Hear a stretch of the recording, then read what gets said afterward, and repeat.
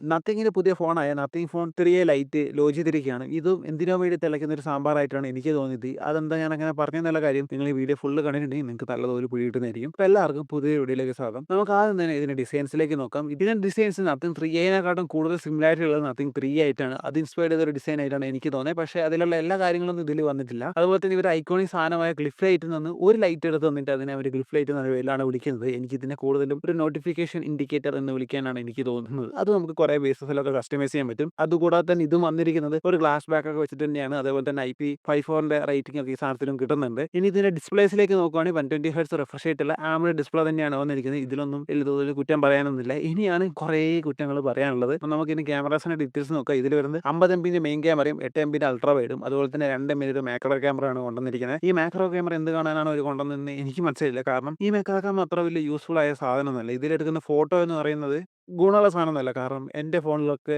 ഉള്ള ഒരു സാധനമാണ്. അതെനിക്ക് ഒരു സംഭവമായിട്ട് തോന്നിയിട്ടില്ല. അതിനെക്കാട്ടും നല്ലതെന്ന് പറയുന്നത് ഈ അൾട്രാ വൈഡ് തന്നെ മാക്രോ ആയിട്ട് ഉപയോഗിക്കുന്ന ഒരു സെറ്റപ്പ് ഉപയോഗിക്കുന്നുണ്ട്. അതാണ് കുറച്ചും കൂടി നല്ലൊരു ഔട്ട്പുട്ട് തരുന്നതെന്ന് പറഞ്ഞാൽ ഇവർക്ക് ഇതായിട്ട് ഫോളോ ചെയ്താൽ പോരായിരുന്നോ? എന്തിനാണ് ഇത് തന്നത് എനിക്ക് മനസ്സിലായില്ല. പിന്നെ ഇത് എനിക്ക് തോന്നിയ കാര്യം എന്ന് പറയുന്നത് ഈ ചൈനീസ് ഫോണുകളൊക്കെ ഞങ്ങൾക്ക് 4 ക്യാമറ ഉണ്ട് 3 ക്യാമറ ഉണ്ടെന്ന് പറഞ്ഞ് ഷോ കാണിക്കാൻ വേണ്ടിയിട്ട് ഇവർ ചെയ്യുന്ന ഒരു പരിപാടിയാണ്. ഒരു മാക്രോ ക്യാമറ ആയിട്ടും ഒരു ഡെപ്ത് സെൻസർ കൊണ്ടുവരും. ഈ രണ്ട് സാധനം ഒരു ഉപകാരം ഉണ്ടാവില്ല. അതേപോലെ 3 ക്യാമറ ഉണ്ട് കേട്ടോ എന്ന് കാണിക്കാൻ വേണ്ടി നത്തിങ് കൊണ്ടുവന്ന ഒരു സാധനമായിട്ടാണ് എനിക്ക് തോന്നുന്നത്. ഇത് നത്തിങ്ങിന്റെ ഭാഗത്ത് ഇങ്ങനെ സംഭവം ചെയ്തത് എനിക്ക് അത്ര നല്ല കാര്യമായിട്ട് തോന്നിയിട്ടില്ല. ഇനി ഇതിന്റെ ബാറ്ററി ഡിപ്പാർട്ട്മെന്റിന്റെ കാര്യം നോക്കുകയാണെങ്കിൽ 5000 mAhന്റെ ബാറ്ററിയും അതുപോലെ തന്നെ 33 വാട്ടിന്റെ ചാർജിങ് സപ്പോർട്ടാണ് ഈ സാധനത്തിൽ വരുന്നത്. ചാർജർ ബോക്സിലൊന്നും ഇല്ല. അത് നിങ്ങൾ എക്സ്ട്രാ പൈസ കൊടുത്ത് തന്നെ മേടിക്കണം. പറയുന്നത് പറഞ്ഞാൽ നമ്മുടെ പെർഫോമൻസിന്റെ കാര്യമാണ്. എന്നാൽ അതിൽ കുറേ കാര്യങ്ങൾ പറയാനുള്ളതുകൊണ്ട് അത് ലാസ്റ്റ് പറയാം. ഇനി ഞാൻ OSന്റെ കാര്യം നോക്കാം. ഇതിനും വരുന്ന നത്തിങ് OS ഒക്കെ തന്നെയാണ്. പക്ഷേ ഒരു പ്രത്യേകത എന്താണെന്ന് പറഞ്ഞിട്ടുണ്ടെങ്കിൽ ഇതിൽ ബ്രോഡ്‌വെയറും ഉണ്ട് അതേപോലെ തന്നെ ആർട്സും ഉണ്ട് എന്നുള്ളതാണ്.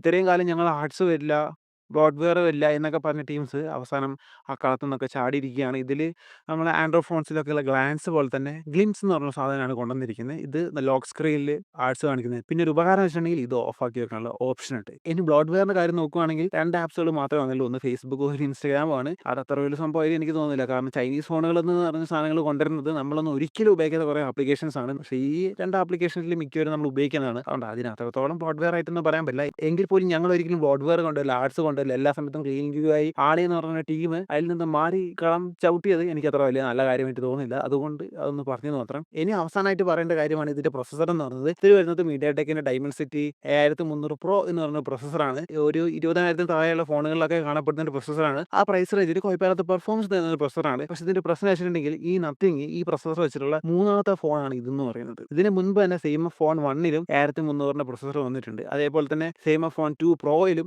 1300 പ്രോ എന്ന് പറഞ്ഞ പ്രൊസസ്സർ വന്നിട്ടുണ്ട്. ഇപ്പൊ നിങ്ങൾ കുറച്ച് പേരും ചോദിച്ചിട്ടുണ്ടാവും ചേട്ടാ ഈ 1300ഉം അതുപോലെ തന്നെ 1300 പ്രോയും ഡിഫറന്റ് അല്ലേ?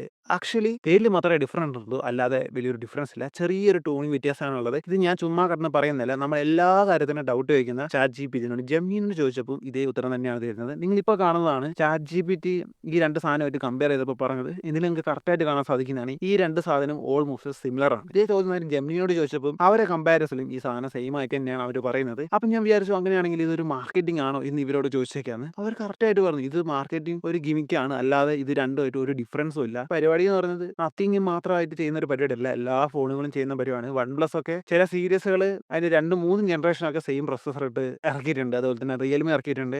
സാംസങ് പിന്നെ ഇതിന്റെ ഒരു ആറാടുകയാണ് എന്നൊക്കെ പറയേണ്ടി വരും. കാരണം ആ ലെവലിലാണ് ഇറക്കുന്നത്. വർഷങ്ങളോളം സെയിം പ്രൊസസ്സർ. അതുപോലെ തന്നെ കുറേ പേരിൽ ഫോൺ ഇറക്കുക. അതിലെല്ലാം സെയിം പ്രൊസസ്സർ വെക്കുക. അവസാനം നാട്ടുകാരെടുത്ത് ചീത്ത എന്ന് വെച്ചിട്ടാണെന്ന് തോന്നുന്നു. അവസാനം പ്രൊസസ്സറിനൊന്നും പേരില്ല. ഇത്ര ക്ലോക്ക് സ്പീഡ് ഉണ്ട് എന്ന ലെവലിലൊക്കെയാണ് സാംസങ് വിറ്റുകൊണ്ടിരിക്കുന്നത്. അപ്പം ഇത് ആദ്യമായിട്ട് ചെയ്യുന്ന ഒരു പരിപാടിയൊന്നുമല്ല. പക്ഷേ എങ്കിൽ പോലും നത്തിങ്ങിനെ പോലെ ഇത്ര ഫാൻ ബേസ് ഉള്ള ഒരു റെപ്യൂട്ടഡ് ബ്രാൻഡ് ഇങ്ങനെ ഒരു പരിപാടി ചെയ്തത് അത്രത്തോളം നല്ല കാര്യമായിട്ട് എനിക്ക് തോന്നുന്നില്ല. ഇനി ഇതിന്റെ പ്രൈസിങ് നോക്കുകയാണെങ്കിൽ 25,000 രൂപയുടെ അടുത്ത് വരാനാണ് സാധ്യത എന്ന് പറയുന്നത്. കാരണം ഈ സാധനം ഇതുവരെ ഇന്ത്യയിൽ ലോഞ്ച് ചെയ്തിട്ടില്ല. യൂറോപ്പിലേക്കാണ് ലോഞ്ച് ചെയ്തിരിക്കുന്നത്. ഇനി ഫോൺ എടുക്കണം എന്ന് ചോദിച്ചിട്ടുണ്ടെങ്കിൽ നിങ്ങൾക്ക് ക്ലീൻ UI എക്സ്പീരിയൻസ് കിട്ടണമെങ്കിൽ നിങ്ങൾക്ക് എടുക്കാം. ഇപ്പോൾ ആഡ് വരുന്നുണ്ട് എങ്കിൽ പോലും. കാരണം അത് നിങ്ങൾ ലോക്ക് സ്ക്രീൻ ഓഫ് ആക്കി വെക്കും. അതുപോലെ തന്നെ ബ്രോഡ്‌വെയർ എന്ന് പറയുന്നത് ഫേസ്ബുക്ക് ഇൻസ്റ്റാഗ്രാമാണ്. അപ്പം നമ്മൾ മിക്കവരും ഇല്ലെങ്കിൽ പോലും നമ്മൾ ഇൻസ്റ്റാൾ ചെയ്യുന്ന ഒരു ആപ്ലിക്കേഷനാണ്. അതുകൊണ്ട് തന്നെ അതെനിക്ക് വലിയൊരു സംഭവമായിട്ട് തോന്നുന്നില്ല. ആ ഒരു ലെവലിൽ നിങ്ങൾക്ക് എടുക്കാം. പക്ഷേ ഒരു കാര്യം 20,000 രൂപയ്ക്ക് താഴെയാണെങ്കിൽ അല്ലെങ്കിൽ 20,000 രൂപയ്ക്കാണെങ്കിൽ അല്ലാതെ 25,000 രൂപയ്ക്ക് അത് അത്ര വലിയ സംഭവമായിട്ട് എനിക്ക് തോന്നുന്നില്ല. അപ്പോൾ ഇതാണ് എൻ്റെ ഒരു ഒപ്പീനിയൻ എന്ന് പറഞ്ഞത്. ഇതല്ലാതെ നിങ്ങൾക്ക് വേറെ എന്തെങ്കിലുമൊക്കെ അഭിപ്രായം ഉണ്ടെങ്കിൽ നിങ്ങൾ കമന്റ് ബോക്സിൽ കമന്റ് ചെയ്യുക. അപ്പോൾ അടുത്തൊരു വീഡിയോ ആയിട്ട് പിന്നെ കാണാം.